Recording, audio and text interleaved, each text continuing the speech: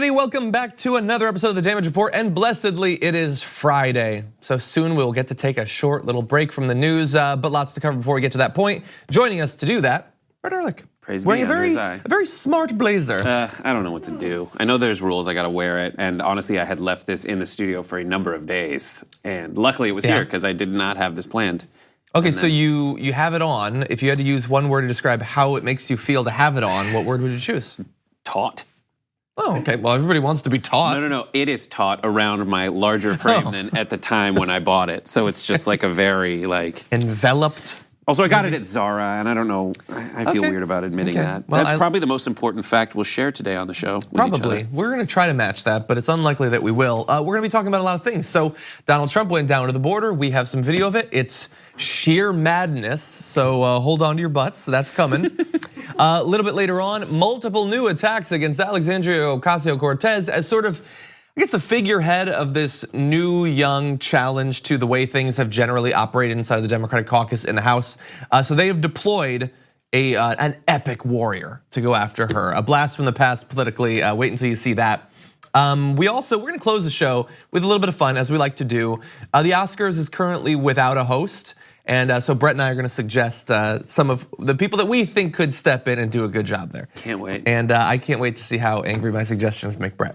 And we're also gonna have two guests. So Sarah Kleiner is a reporter for Center for Public Integrity, gonna be joining us to break down some of the ways that women's political donations helped shape the midterms that we just experienced.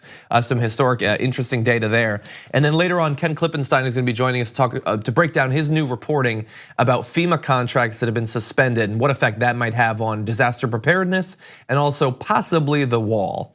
So that'll be coming up in just a little bit. But first, to the border. Donald Trump has now mostly completed his photo op down in McAllen, Texas, and he spoke. Arguably, debatably, it was speech. Noises came out of his face, and they communicated something. What they communicated to me was that his brain is now the consistency of tapioca pudding. And we're gonna show you some clips to demonstrate that concept. So first, he's got it a little bit together in a couple of these clips. So first, here is him talking about the wall, how they have iterated on the design based on the demands of the Democrats. Here's the president. We're gonna build a powerful steel barrier. They didn't want to use concrete. I said, okay, I'll use steel, it's stronger. It's also more expensive, by the way, but it's stronger, I'll use steel. So we'll call it a steel barrier. Now people should be happy. They said concrete, we don't want a concrete wall. I said, that's okay, we'll build a steel wall. I like it better if you want to know the truth, Ted. And we'll call it a barrier instead of a wall. And I'm okay with that too. I don't care what you call it. That could have ended with, where am I? And it would have been totally consistent. When is home? How are this? So we're gonna build a great barrier. They didn't want concrete, so they probably wanted wall, because I assume what I got from them was that their issue with the wall was that it was concrete. So we're gonna do steel, which is better, it's stronger. You're gonna say more expensive. Yeah, it is more expensive. I like it better though. Steel's good. It's just I like so steel. weird. We'll call it a barrier, not a wall. Why do people care what it's called? I don't care. I like calling it a barrier. It's so strange. It's all over the place. So he has throughout his life, he has kind of carved out this all-encompassing philosophy of negotiation that is conveniently consistent with him just kind of being a numbskull. You know, so it's let's never let them know exactly where you're coming from, throw nebulous concepts at them. Well, that's also what you do if you're not good at that. So that's one thing. The other thing is, I've heard conflict. I love in the middle of it when he says, if you want to know the truth. It's like, I do. I would love to. That sounds like a great plan. Yeah. I'm not going to get it from you, especially if you say, at this point, now you're gonna tell me the truth? Yeah. Which you're kind of admitting that you have been lying, but we didn't need you to admit that. Keeping them honest segment from Anderson Cooper. Right, it's like, shouldn't that be the... What were you doing before? We're keeping them lying. I don't mind it so much. So we just wrapped keeping them lying. Now it's time for keeping them honest. No, I like it up. Anyways, and then the other thing is, so what am I supposed to get from those times when you've told us that the steel barrier that you can see through is what your own Border Patrol people have advocated for, so because that's more functional for them. Yeah. And this was a speech given after an earlier point where we had already seen images of someone having sawed through your steel wall with a saw. Yeah. Well, look, he's loose with language. So when he said he would build a see-through wall, what he meant was a saw-through wall. It's tense, is troubling for him sometimes. And also, I like your description of his negotiating strategy. So he has said, in fact, he doesn't like he's not going to announce back during the campaign what he's going to do in Afghanistan, because then the enemy will know their plans. Which that's a good step. You don't say what you're going to do, but the next step, next level thinking is don't know what you're going to do. Then no one can figure it out. Yeah. So anyway, we got more video though. Plausible deniability. I just want to say about the steel before you go forward. In the long term, I think this is the next step of his strategy is he knows it's a last ditch effort to get his wall or not get his wall. He is saying the word steel over and over and over again, which is synonymous for Pennsylvania. Over and over and over again. So when this wall finally gets shut down, then he can go back and say, Pennsylvania, I wanted to bring money to this state and they told me no. Yeah. That theory, we will know that that's true if one day he's saying it's going to be a steel wall, the next day it's going to be made of orange peel. And then coal. Yeah. Okay, so look, that was a little bit bad and weird and rambling, but not really worse than anything he normally says. Check out this. They say a wall is medieval. Well, so is a wheel. A wheel is older than a wall. And I looked, and every single car out there, even the really expensive ones that the Secret Service uses, and believe me, they are expensive. I said, do they all have wheels? Yes. Oh, I thought it was medieval. Older than the wall, you know that? And there are some things that work. You know what? A wheel works and a wall works. Nothing like a wall. A wheel works and a wall works, and well, wheels wall in, well. And you know those wheels that we have now are made of the same material as the original wheel. It is. I don't know. I've seen a cartoon on the Invention commercials, the Invention Hotline commercial, which is a carved giant metal circle. Well, and that's it. We only use medieval inventions. That's actually when he cuts off innovation. Is medieval. The original lever, inclined plane, and wheel. Yeah, and that's it. Wheel wells and then there's white wall tires. That's confusing because it's a wall with a wheel, and that is the craziest person who has ever been obligated to have an audience. It's weird because it's so expensive, but it's also free association. Exactly. Look, we're joking and everything. That's just a crazy person ranting. And people are looking at them, and it started to remind me as I watched more of these clips of the Kanye West thing, where you remember, like he went to the White House and he was saying a bunch of crazy things, and then some people were saying, at what point are we just laughing at mental illness? That like Kanye West clearly isn't well. So when we're laughing at what he's saying, we're kind of laughing at the fact that a person is not right. This isn't mental illness. This is his appeal, which I've said before, which is the kinds of things that people say at work when they're complaining. And it's those little turns of phrase, quips, such as, a wheel's medieval, you say we shouldn't use wheels, gotcha. But people's first priority is to be able to say gotcha. And if the person who is their banner for saying things, like where they get all their information, has a little quip, it must be a good quip, so I can just repeat it. Boom, I got it. I guess, yeah. I don't know if you like the wheel thing, he's got you. There's nothing that you will not accept from him. Okay, so it turns in a slightly darker, crazy direction in this next clip. Human trafficking, it's a horrible thing. And much of it it's a world problem, not a US problem only. And they come across the border, and it's a bad thing. And they drive. They just go where there's no security, where you don't even know the difference between Mexico and the United States. There's no line of demarcation. They just go out, and where there's no fencing or walls of any kind, they just make a left into the United States, and they come in, and they have women tied up. They have tape over their mouths, electrical tape, usually blue tape, as they call it. It's powerful stuff, not good. And They have 3, 4, 5 of them in vans or 3 of them in back seats of cars, and they just drive right in. They don't go through your points of entry. They go right through. I don't know what any of that is. I don't really either. I don't know what any of that is. I think some of that was based on the 4th Fast and Furious movie, I think, where they drove across the desert. Also, did you know that all human traffickers are initially traveling east before they enter the United States? That's what I was thinking too. What do you mean they turn left in the United States and they just drive? Like, honey, load up the Accord. We're gonna break some laws today. None of that's true. The blue tape, what's the blue tape thing? Is that from 24? I didn't watch 24, so I don't know. But that's it. It's strong stuff though, that tape.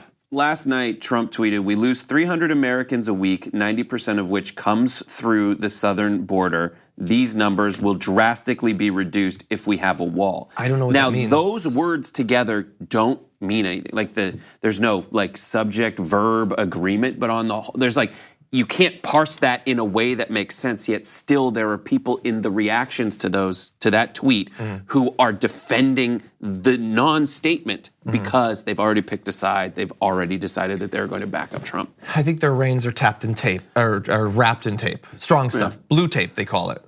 Powerful stuff. It's also great if you No want to oxygen edge. gets there. You want to edge. That's you cover true. it with blue tape. Is it that blue tape? Is that what he's talking about? I don't know, That's but not strong. He's just revealing the part of the discussion he grasped, the part of the briefing that he took away from that, which is blue tape. And they probably tried to talk to him for an hour, and all he knows is blue tape. I'm going to use that. And now there's someone who advised him who's really wishing they had not mentioned the tape thing because he won't get off of it. Okay, there's a little bit more we'll return to a little bit later on. We are gonna take our first break. When we come back, Sarah Kleiner is gonna be joining us to break down women's political donations in the 2018 campaign and how they helped to shape the outcome that we ended up with. We need to talk about a relatively new show called the Republic, or UNFTR. As a Young Turks fan, you already know that the government, the media, and corporations are constantly peddling lies that serve the interests of the rich and powerful. But now there's a podcast dedicated to unraveling those lies, debunking the conventional wisdom. In each episode of On the Republic, or UNFTR, the host delves into a different historical episode or topic that's generally misunderstood or purposely obfuscated by the so-called powers that be, featuring in-depth research, razor-sharp commentary, and just the right amount of vulgarity. The UNFTR podcast takes a sledgehammer to what you thought you knew about some of the nation's most sacred historical cows. But don't just take my word for it. The New York Times described UNFTR as consistently compelling and educational, aiming to challenge conventional wisdom and upend the historical narratives that were taught in school. For as the great philosopher Yoda once put it, "You must unlearn what you have learned." And that's true whether you're in Jedi training or you're uprooting and exposing all the propaganda and disinformation you've been fed over the course of your lifetime. So search for UNFTR in your podcast app today and get ready to get informed, angered, and entertained all at the same time.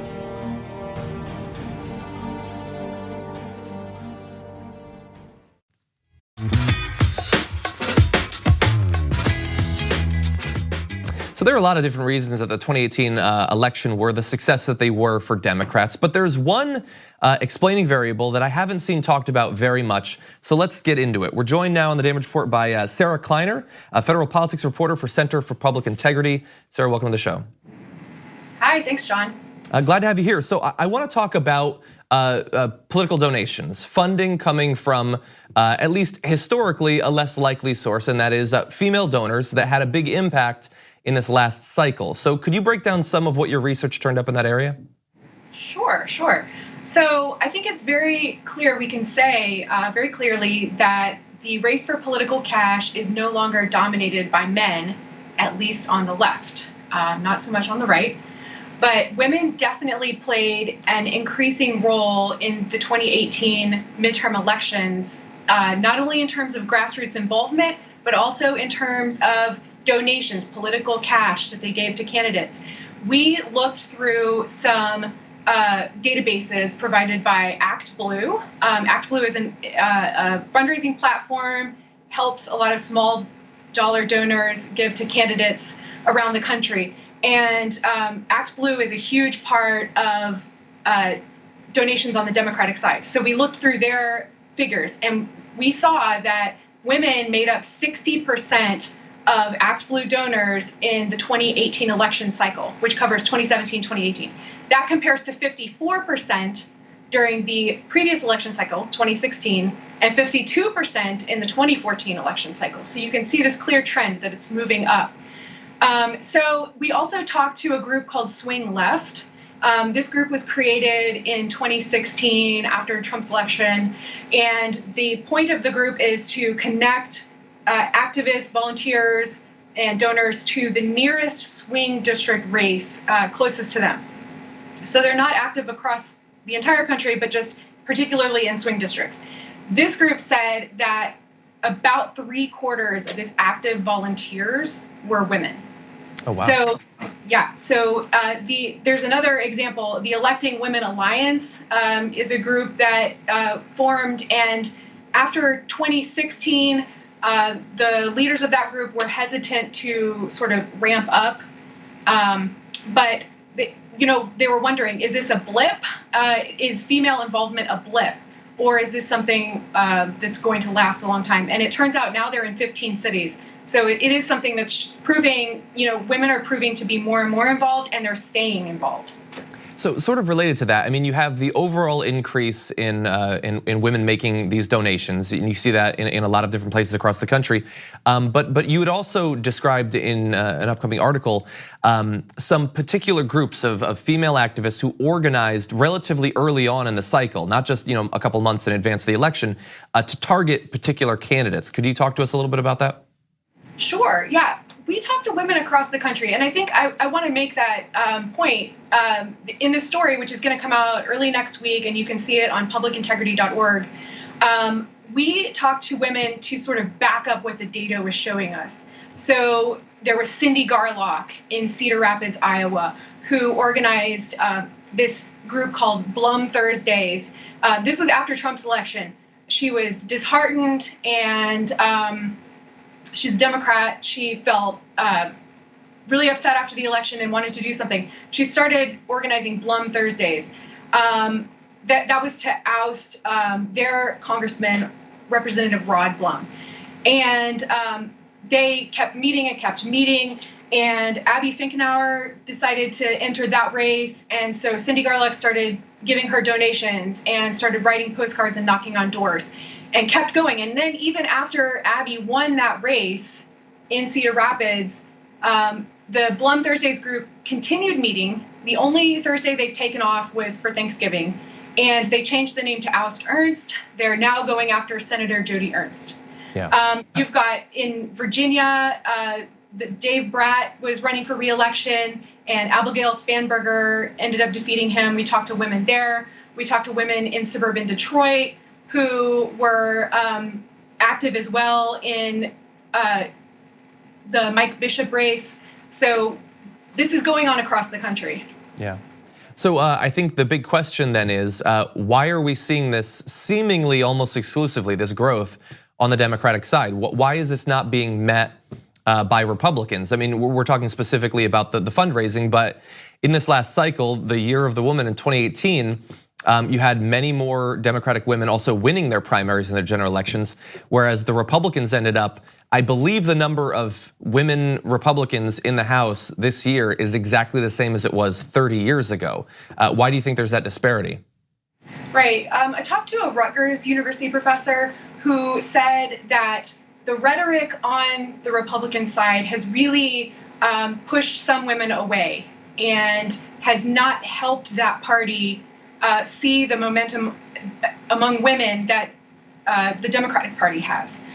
So the rhetoric is one thing, and policies over the years have really, the rise of the very ultra-conservative right wing of the party has contributed to that as well. Yeah.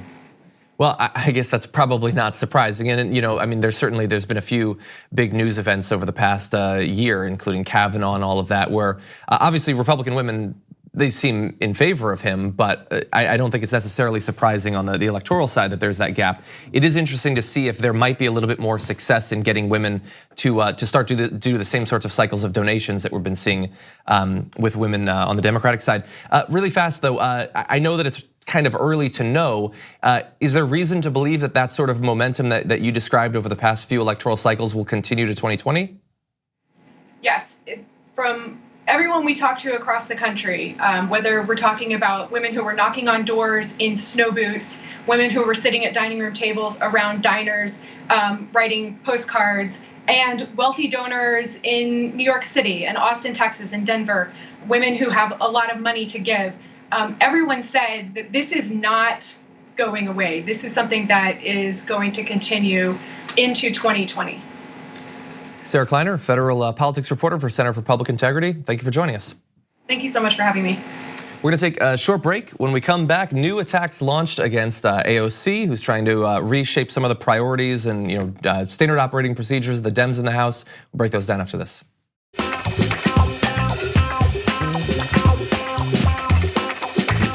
Okay, so much to get to. Let's jump right back into it.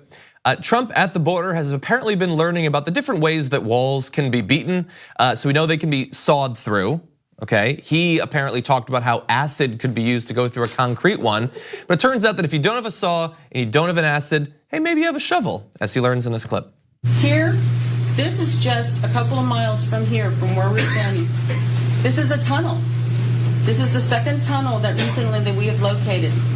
This is an area that we actually have wall. So I might be reading a little bit into that video, but her tone to me was, hey dummy, this is a tunnel, we have a wall, and they tunneled under it. That's what it sounded like to me. And his point is, well, that doesn't help me with my argument, so I'm gonna ignore it. There's just like, if we should have zoomed in on his head and we would have just seen a rat just on a wheel. I doubt he was like really processing what was coming in.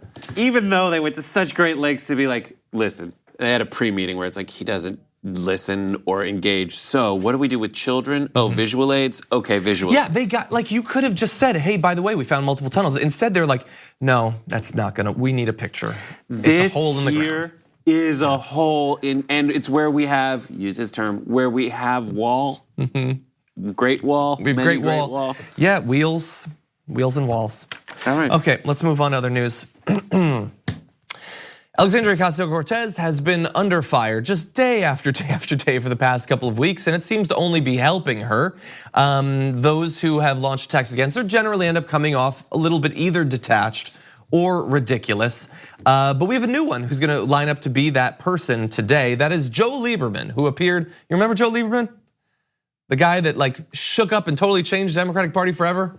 The guy that like fundamentally represented our values in a way no one else had before? No, it was the guy that was eventually primaried and beaten in the primary, and then had to become an independent to still win in Connecticut. No, it was that guy. So he was on Fox Business talking about AOC, and here's what he had to say. You got to be careful about, really, I think a 70% tax on high-income people is really done for political reasons. But is this Congresswoman the future of the party, in your view? No, I with all respect, I certainly hope she's not the future, and I don't believe she is. And I tell you, she's gotten a lot of attention because she's different. She's controversial.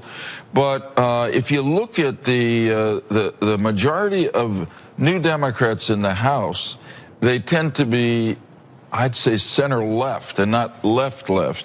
And that's because they had to be center-left to win some of those competitive swing districts that they took from Republicans. So, I mean, that's the hope. Incidentally, if a Democratic candidate has any hope of winning for president in 2020, they're going to have to be seen as center-left. I'm being simplistic, centrist, moderate, whatever, not far out. Or but I was even thinking of you when Al Gore. Yeah. So as always, you want advice on how to run a presidency from someone who did just awful. Tell me more. And I'm not insulting you. I'm just describing you, loser. That's not an insult. I am is just saying an apt description. What you did. If someone played basketball, they're a basketball player. If someone lost, they are a loser. Yes. And he is a loser, not like this, but just like you lost. Yes, but I do think it's fair to put a big L on his head. It's Lieberman. So I would put a big L on his head. Definitely for doesn't his stand name, for liberal. Not for the fact that he, not only lost in the presidential election, but then also was beaten by Ned Lamont in a primary. He was out of date and out of touch at the time that he was he was the biggest in the Democratic Party that he was. So what you just saw was the future predicted by best case scenario, the past. I would argue he never actually really represented the Democratic Party, even when he wasn't in the past. But now he very much is. That's why that prediction was made, not on CNN, not on MSNBC, not on TYT, nothing like that. On Fox, not even Fox, Fox Business. Yeah, and they'll have him. They'll have him around to talk. And when he talks, but it's perfect. I mean, I have no problem with Joe Lieberman going out there and saying that, because it does help for the reasons you kind of outlined in the intro to the video, which is it just makes her stronger. Yeah. It just makes this stronger. It has people that, like Joe Lieberman, who most folks who observe politics see in a clip and go, oh yeah, that's right, Joe Lieberman, guy who is not affiliated with In Touch political behavior. Yeah. And that helps. Yeah, and he was on to argue for not raising taxes. That's why he was there. He describes not raising taxes as a center-left thing. I would say he has no idea what those terms actually mean or what you need to do or should do to qualify for these different terms. He certainly doesn't understand Alexandria Ocasio-Cortez. He's one of those who believes, she's good on Twitter. They really do think that this is just an appeal thing. They don't understand the policies that underlie it. There are lots of people who are witty or sassy on Twitter. They have not blown up because that's not what it's about. It's about the fact that you see in this person the policies that you want to see instituted in government. You see your values reflected every day. And on top of that, an amazing communicator. Yeah, and that's what it is like a lot of people on the Democratic side, on the left, have wanted someone who is good at communicating. And you saw that play out when we were all pulling our hair out watching Schumer and Pelosi give their response to Trump's immigration speech. Yeah. And here is someone who can communicate that way effectively. And she's funny when she fires back at people on Twitter, which is inevitable. As soon as you see someone like Joe Lieberman, you wait for her response. Well, it turns out that she did actually, because in response to that article coming out, she tweeted, "New party, who dis?" It's so right. The only downside to that tweet is there is no way Joe Lieberman understands what that means. But it's awesome. By the way, when I read that headline that says Alexandria Ocasio-Cortez isn't future of the Democratic Party, Joe Lieberman, I thought the article was the future, that Alexandria Ocasio-Cortez isn't the future of the Democratic Party. Joe Lieberman is, and I just thought, what? Yeah. But this was almost as bad. So look, let's transition to the other side of this. Well, I just want to say, isn't the future of the Democratic Party says the past of the Democratic Party? Yeah, and again, best case scenario, the past of the Democratic Party. Yeah. I mean, obviously he was a Democrat. I would argue it was a bizarre, elevating him the way that he was bizarre at the time. It's not just in hindsight. It was a weird thing to do then. Right, but yeah. But the headline coming from it, the thing you would remember about Joe Lieberman was first Jewish candidate for vice president. Yeah, which is fine. And also, we worried for a good year that he would be Joe McCain's, right. That's who he is, a guy that hypothetically could run on the Republican ticket. Right. That's who we need to learn. That's who we need to listen to right now. It's tough because that would reflect bipartisanship to a general observer, and we weren't as tribal as we are now in terms of our politics. But still, what if you took anything more than a cursory look at the platforms of those two individuals, you'd realize that there are those two moderates reaching across the aisle are extreme. Either Joe Lieberman in trying to be a liberal who is so conservative in many ways, and then McCain who's just so hawkish. Yeah, and I would argue the things that unite them in terms of foreign policy are not moderate. Right. They might be bipartisan, but they're bipartisanly extreme, I think. As well as the fact that he just seems increasingly right-wing the more he talks about economic policy and things like that. So maybe it wasn't as bipartisan. Maybe he was just holding on to a term applying to him and his political ideology that wasn't actually accurate. But there is more to this. This morning, Politico came out with a totally coincidental. These people just approached them. They didn't try to get this stuff, but apparently a lot of the Democratic leadership in Congress frustrated with Congresswoman Alexandria Ocasio-Cortez. They're exasperated with her, thus leading to exasperated Democrats trending on Twitter, which is great and will never happen again. Yep. She responded, as she always does on Twitter, saying, to quote Alan Moore, "None of you understand. I'm not locked up in here with you. You're locked up in here with me." So she's inside the party now. She's inside the House. They're getting frustrated and they think, how are we gonna constrain her? How are we gonna change her? I don't think that's how it's actually going to work. I could be wrong. She doesn't seem to think that's how it's going to work.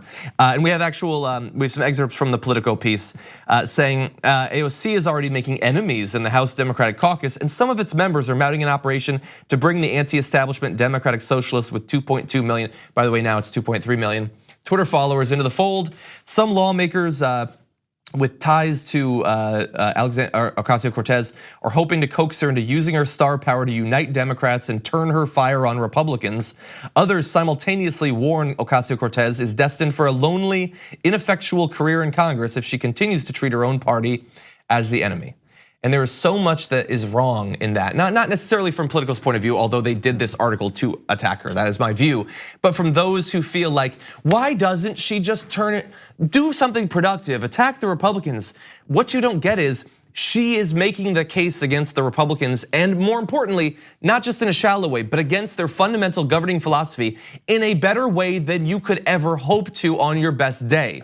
And at the same time, she is trying desperately to pull you to where you need to be, where you will stop sabotaging yourselves with rules. You'll stop campaigning in a way that makes it virtually impossible, apparently, in the modern day for you to beat Republicans in the Electoral College.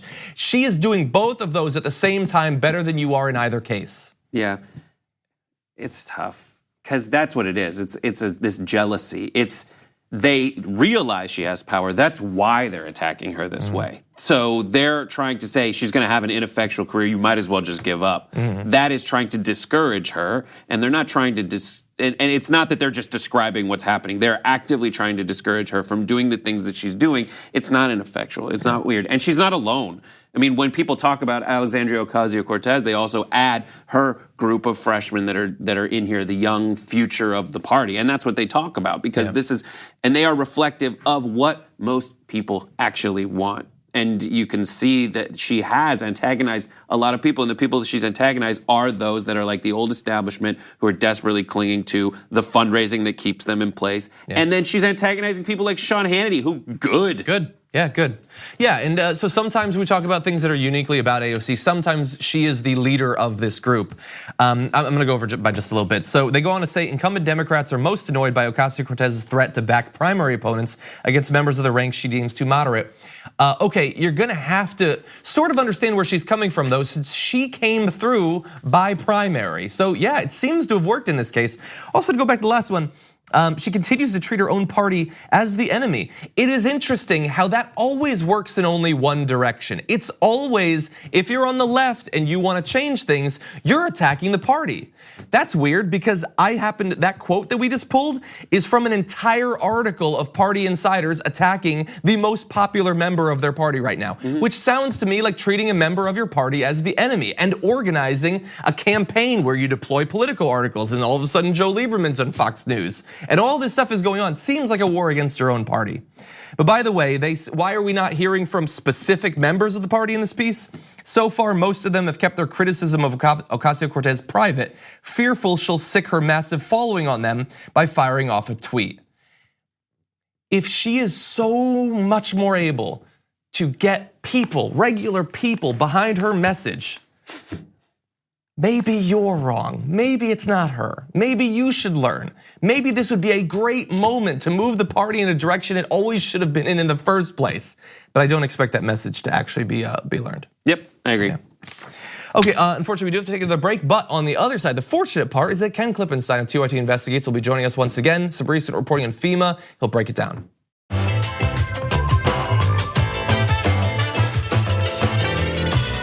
Joining us now is TYT Investigates Ken Klippenstein, who's been on a few times before. Hey Ken, how's it going? Hey, it's going great. Thanks for having me. Always good to have you back. So you've released a new story available on TYT's website, breaking down some of your reporting about FEMA contractors whose contracts have been suspended and why that might be and what effects it might have. So first of all, what's apparently going on? So because of the shutdown, they've suspended all sorts of contracts. They issued a very long list of contracts. I went through it. To my surprise, many media hadn't actually looked at specifically what of FEMA services would be shut off. And what I found I thought was concerning. The contracts include disaster response, hazmat teams, firefighter training, dam maintenance, all sorts of things. Food rations to Puerto Rico. They're still involved in the cleanup there, in the reconstruction there. And so, looking at all these things, these would seem like pretty crucial services, and not the kinds of things that the public knows get shut off. And I really looked at it trying to make the shutdown less of an abstraction, because everyone thinks of it as a political football, but this has effects on actual people's lives. Yeah. Well, look, the things you described seem like not only important, but like I would assume the core mission of FEMA right now. I mean, you listed some of the biggest disasters that we've dealt with. So if you have a block of hundreds of FEMA contractors being shut down in apparently fairly essential, I think, arguable areas, how significant is that? Do we have any way of knowing how much our ability to prepare and deal with disasters might be affected by what's already been done, let alone what might happen? Yeah, so they have fewer resources to respond to things that may happen now. But in addition to that, what I found was that this is going to affect down the road their response in the future as well. So they do all sorts of prep work for instance, when wildfire season comes back up, and they will be set back however many months in preparation for that. So I think it can have a serious effect. And what's amazing to me is we had all of these terrible natural disasters this past year. You'd think people would have picked up on maybe we should fund these institutions, but here we are. Yeah, and it's interesting that you bring that up, because a couple of days ago, Donald Trump tweeted about California and its wildfires and implied that he might withhold federal funds to deal with that, which seemed out of place because it wasn't in the news. I don't know why he would be thinking about that. Is there any reason to believe that this might be related to that, this weird change in policy with FEMA and now him talking? I know it's a slightly different situation, but both having to do with disasters, and now potentially cutting off funds to firefighters? Well, it's clearly not a priority to him to help these guys, and it's obviously a political thing. California having the kind of political character that it does in opposition to Trump. But I imagine that if he didn't have those feelings, he might take more seriously that he needs to fund these things. Yeah. You remember him saying the only reason these wildfires happen is because there wasn't enough ground maintenance. He thinks that if people had just kind of cleared the brush on the ground, then none of this would have happened. So yeah, it's clear that from the White House, they're not taking this as seriously as perhaps they should. Yeah, and if you actually, for whatever reason, believe that raking is what's needed, then fund rakes. It sounds like don't just to pull the funding. And I want to see if there might be a link to another piece of reporting from yesterday. So you have your story about the FEMA contractors. Yesterday, I believe it was NBC reported about how there were multiple aides who'd been involved in a potential plan where the Trump administration was going to appropriate funds that had been given to the Army Corps of Engineers to do rebuilding in Puerto Rico and also some flood management and things like that in California, that they might cut off those funds from what they were going to go to and instead use that to fund the wall. Is there any reason to believe that this, up until this point, unexplained cutoff of these FEMA contracts might be a part of the same strategy? It could be, but when it comes to discretionary funds, a lot of this may just have to do with the Republicans, unwillingness to fund basic institutions. I mean, we should point out that the shutdown of the government in certain ways reflects the platform of the Republican Party, which is to just stop funding as much as possible, other than maybe the Defense Department and aspects of say the Department of Homeland Security. Yeah, I think that you're right. It is generally, even inside of that governing philosophy, the idea that the government should be involved in as little as possible. Usually, at least historically, it seems like the Republicans have carved out, well, I mean, obviously we need courts, we need the military, we need to not die. And so if FEMA has now been thrown overboard, that sounds dangerous. I am curious, we talked about the ability to quickly deal with some sort of disaster that's ongoing or something like that. If something big does happen, if we launch back into wildfire season, if hurricane season comes, do you have any reason to believe that they can quickly sort of spool up FEMA once again? That these contracts that have been suspended, can they easily be resumed in case something catastrophic happens? If the government is still shut down, they'd need to pass another measure to do that. That takes time. And the point I was trying to make before was just that this training, it's not just money. Like, this takes time to do. Like if something happens in the near future, they're not going to be able to just speed up time like maybe put them in the Matrix, just kind of like flash all this training into their heads. That'd be nice, but unfortunately, it doesn't really work that way. So we're falling behind whether or not they give them more discretionary funds. Wow. Okay, well, Ken, as usual, you've scared me, especially because we live in California where fire is an ever-present threat, earthquakes and all of that. So thank you for that. And I hope that you stick on this topic because it certainly seems like in the background, there might be more to this in terms of why they might be making some of these funny decisions. So thank you for doing the reporting that you do. Hey, pleasure being on again. As always, we're gonna take one more break. When we come back, we're gonna lighten things up a little bit. The Oscars are currently without a host, but Brett Erlich and I have a few suggestions on who might be able to do the job.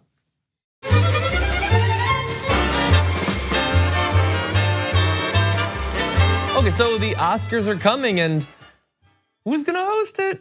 I don't know, apparently nobody, it turns out. The February 24th live broadcast is about 6 weeks away. There's no replacement host in sight.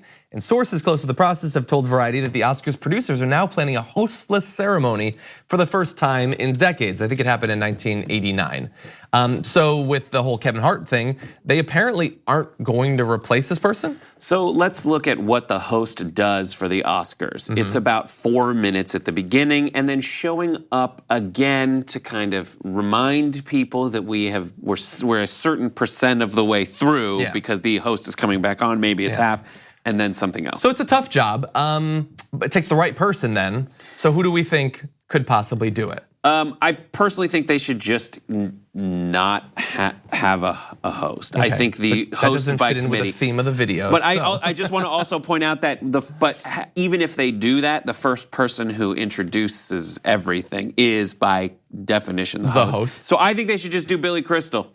He's done it a million times, because 9 times. He is the one that you get when things are really weird, and he is the standby. You're just like, what are you gonna not like Billy Crystal? Yeah, he's great. It's just Billy Crystal. He's gonna stand up there and he's gonna do some kind of dance and sing, and he's gonna move like this. Oh yeah, totally. Occasionally, which you have to at the Oscars. Yes, it's a shoulder figure eight for those listening to the podcast, which you should rate 5 stars right now. Thank you. You should do that. Yeah, he would be great. I think he's just like a nice guy, a guy that you want to like a Tom Hanks figure or something like that. And the Oscars is old Hollywood, no matter how much they want to spruce it up for today. Yeah. And he is that old vaudeville-inspired next generation after that. Yeah.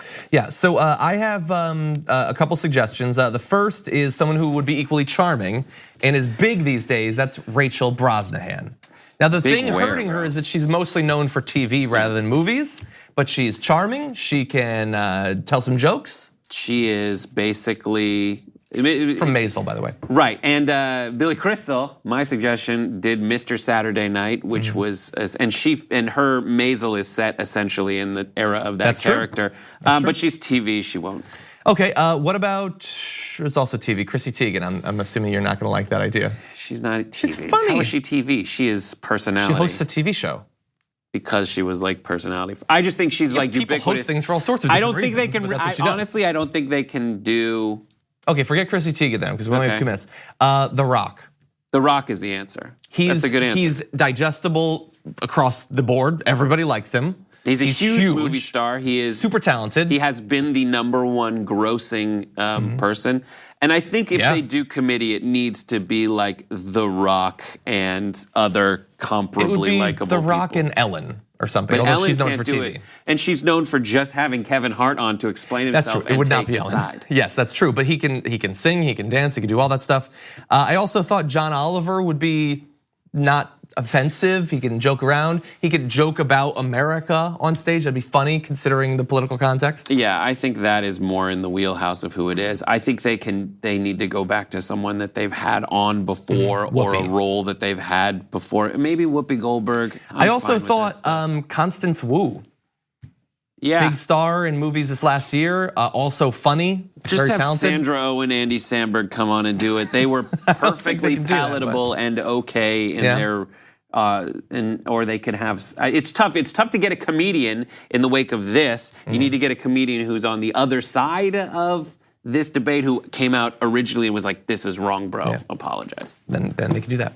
That's all the time we have. I wish we had more. But thank you for joining me. Always good to have you here. Watch the Happy Half Hour. We got Francesca Fiorentini today. That is going to be fun. You're not going to want to miss that one. Thank you for watching, everybody. As he said, if you haven't already rated the podcast on iTunes, please do that. I'm going to be reading some more of your comments on next week's show. And that's it for this week. We'll see you on Monday.